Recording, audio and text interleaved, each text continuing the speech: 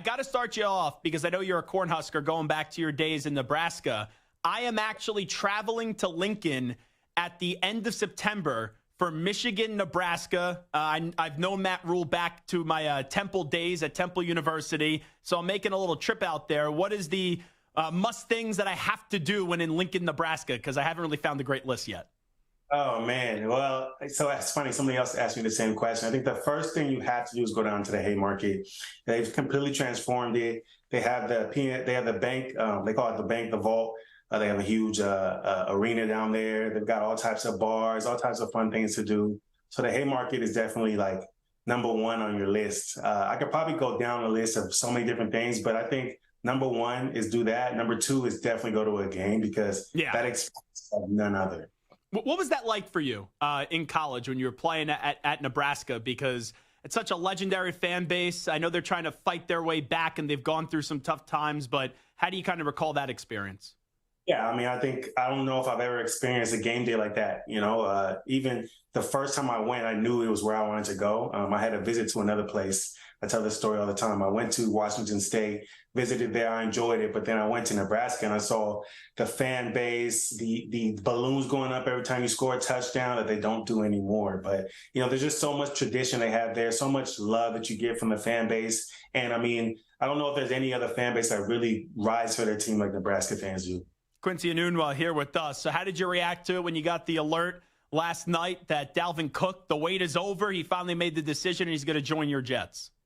Yeah, it's an exciting moment for this team, right? I mean, I think you look at this offseason, to sign Aaron Rodgers, to bring in Nathaniel Hackett, to do all these different things, to bring Quentin Williams to give him an extension. The Jets are really moving in a direction that says, we want to win a championship. So you bring a guy in like Dalvin Cook, if we're being honest, they didn't need that much help in the run game, but now you've got a huge boost in Dalvin Cook, right? So I think it's just more weapons for Aaron Rodgers, more opportunities to score some touchdowns. So it should be an exciting year. And it also shows, right, Aaron Rodgers, he takes the big pay cut and, $35 million less. And also it's clear that he wanted Dalvin Cook. Bringing in a guy like Aaron Rodgers, not that New York was ever an unattractive destination, but it makes other guys want to join the fun that Aaron Rodgers is trying to build here. Absolutely. I think, like you said, New York is a great destination. I talked to a couple guys that signed there and they said themselves, if not right now, at least post-career, New York is a place that they want to be at. So you have that. You have Aaron Rodgers, an attractive quarterback, a guy that, has won a title, won MVPs, so I think it's just going to become even more attractive for anybody that's considering, what team should I go in as the season starts. You talked about the goal of winning a Super Bowl. When you look at this Jets roster now, getting closer and closer to the start of the season, how realistic do you think that is in year one of Rodgers in the Big Apple? Yeah, I mean, it's tough to really make that type of prediction. I think ultimately I want to say that the Jets are very close to winning the Super Bowl. You think about last year, they had a top 10 defense in the league. They had an offense that was doing really well in all facets of the game before Breece Hall went down. Once they lost that run game, there was really kind of a disconnect on what their identity was. And so I think that you saw that throughout the rest of the year. So now they have a quarterback, they've got a run game, they've got an increased run game with Dalvin Cook. So it's hard to imagine that you have the defense with this offense here. Special teams unit is going to come back to where they once were. I don't see why they can't go to the Super Bowl this year. Here's my one concern. Everything you just said is true. But this game is won in the trenches, and I'm just concerned, what is that offensive line going to look like for this upcoming season? And that, for me, determines how high the Jets will fly in 2023. Yeah, I agree. I think that will be a question mark for this team. I think when you look at it last year, though, they actually had, so many guys rotating in there that were serviceable, right? You had guys coming in, Max Mitchell, you had ADT, you had different guys that nobody expected them to do what they did, and they performed well. So the question mark is there, and it makes a lot of sense. But I think with all the injuries that happened last year, I think if you can have guys just stay healthy, I think these guys can do exactly what they need to do. And again, you've got Aaron Rodgers, so he knows how to protect himself. He knows how to get rid of the ball, and he's still a mobile quarterback. He's not the guy he once was, but this is a guy that can still make plays for your offense. Quincy Enunwa here with us. Last year they had no quarterback play with Zach Wilson and Mike White, and Garrett Wilson was still able to put up 1,100 yards. What's the expectations in year number 2 for one Garrett Wilson? Yeah, I mean, if this guy stays healthy, I mean, it's got to increase, right? Like you've got a guy now that can get you the ball at all levels of the field, right? A guy that can run routes at all levels of the field. So he's not just a one-dimensional receiver. He can do everything for you. You can put him in the slot. You can put him outside. You can send him on a deep ball. You can send him on a small hitch and watch him break some tackles. So, I mean, the guy's an exciting player to watch. You know, he's only going to get better. How about the rest of the receiving core? Because my producer, Michael Samter's a big Jet fan, and he's optimistic usually than he is in previous years. But he looked at that wide receiver core. He goes, after Garrett Wilson, he gets concerned if Garrett Wilson was to go down. How about the other receivers with this unit?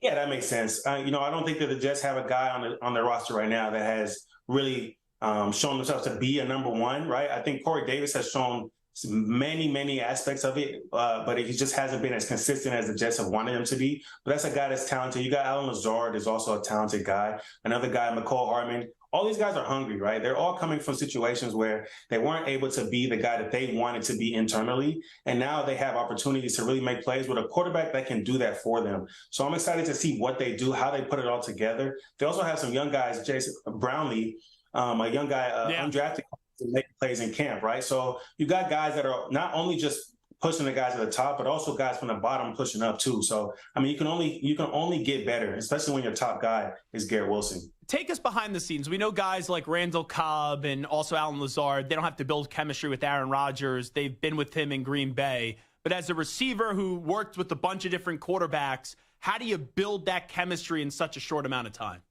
Yeah, that's a challenge, but I like what Aaron Rodgers is doing right now. He's doing a good job of really spreading himself out, making sure that he's taking time with guys individually, not only on the field, but also off the field. So that really helps a lot, and then it also helps, obviously, that this is basically his offense. So a lot of the terminology is easy for him to kind of translate to guys. He's not also learning the offense. He's getting an opportunity to know the offense and then just kind of coach. He doesn't have to learn during training camp. He can spend more time pouring into these young guys and kind of building those relationships. What separates the Jets from the Bills and the Dolphins just inside the AFCs? I'll exclude the Patriots, and that's coming from a Patriot fan. They're not in the same level right now as those other three teams inside the AFCs. Yeah, I mean, so when we talked about these teams in the beginning of the year, I thought the Dolphins, with their acquisitions, obviously now they just lost Jalen Ramsey, but with some of those acquisitions they made in the offseason, I thought they were going to be a really challenging team for this Jets team. Last year they challenged and they didn't have their starting quarterback. I know a lot of guys like to talk about Tua and all those different things. The Jets didn't have a starting quarterback, but the Dolphins still gave the Jets a pretty hard time in those two games that they played them. In that first game, obviously it was a little bit. It wasn't even close, but the second one was a little bit more of a challenge. I'm looking forward to seeing them play. Then when we talk about the Bills, those guys are they're on top. They've been on top for the past few years. The dynamic of Diggs and Allen, I mean, it's hard to beat. They still have a serviceable defense, so it's hard to say who's going to come out on top between those three teams. But I think if the Jets show improvement from last year, especially with Aaron Rodgers, I think it'll be one for them to take. If you were still on the Jets, Quincy Enunwa, and let's say you were trying to develop a little bit of a relationship with Aaron Rodgers, we got to see Sauce Gardner at the Knicks playoff game with Jessica Alba. Michael Carter, the running back, told me that he went to the Kentucky Derby with Aaron Rodgers, and then a few of the guys went to Hamilton. What would be the ideal trip with Aaron Rodgers if you didn't have to lock yourself in a cave and do some ayahuasca with him? That's a good question. I think I would probably have to take the MSG Knicks game. I think that would have been a good opportunity, a fun opportunity to be courtside with Aaron Rodgers. Maybe you could watch a Lakers game. That's my team. So getting to see LeBron James up front, any of those opportunities that they've had has been amazing. I'm glad that he's doing that with those guys. How'd you become a Lakers fan? Is it just because LeBron, or you always been a Laker fan? I actually grew up in California, so that helped out a lot. I grew up when Kobe was winning championships, so. What did you take away from Kobe Bryant? Oh, man, just his mentality, obviously. I think everybody talks about that. But the mentality that he had, that he brought to the game, I think I tried to emulate that a lot. He may have been one guy off the field, but on the court, he was a monster, right? He was the Black Mamba. It was a whole different mentality, and I really tried to emulate that. All right, Quincy Enunwa, before we let you run, you're doing some great work off the field, a part of the St. Barnabas Hospital First Annual New York Teams of Heroes Gala at the Lighthouse at Chelsea Piers, New York City on Monday, December 4th. Tell us the fine work that you're doing with the great folks at St. Barnabas Hospital. Yeah, St. Barnabas has been a wonderful partnership for me, man. I never even thought that it would happen, but it's been great to kind of give back with them. I did a camp just recently where we were able to provide kids with not only the knowledge and the knowledge of athletics and also nutrition, but also like off the field, we were able to give them meals. And a lot of those kids hadn't even had a meal all day. So you're talking about an environment that they're just not getting the services that they need to get. And so this hospital here is a nonprofit hospital, and they're providing that to people who usually aren't going to get those opportunities. And joining the event's going to be Dexter Lawrence, Deonte Banks of the Giants, and then from the Jets, Will McDonald, Tyler Conklin, and Michael Clemens. Last thing I'll ask you, just because I read off that list, there's some Giants and there's some Jets. Let me ask you one Giant question here. If Daniel Jones was your quarterback, what do you think your view would be of Daniel Jones entering this season? Oh, that's a tough one, man. I can't say because I'm a Jet, so I'm going to leave that question alone. That means you don't believe in Daniel Jones, it seems, Quincy Enunwa. That's what it sounds like to me a little bit.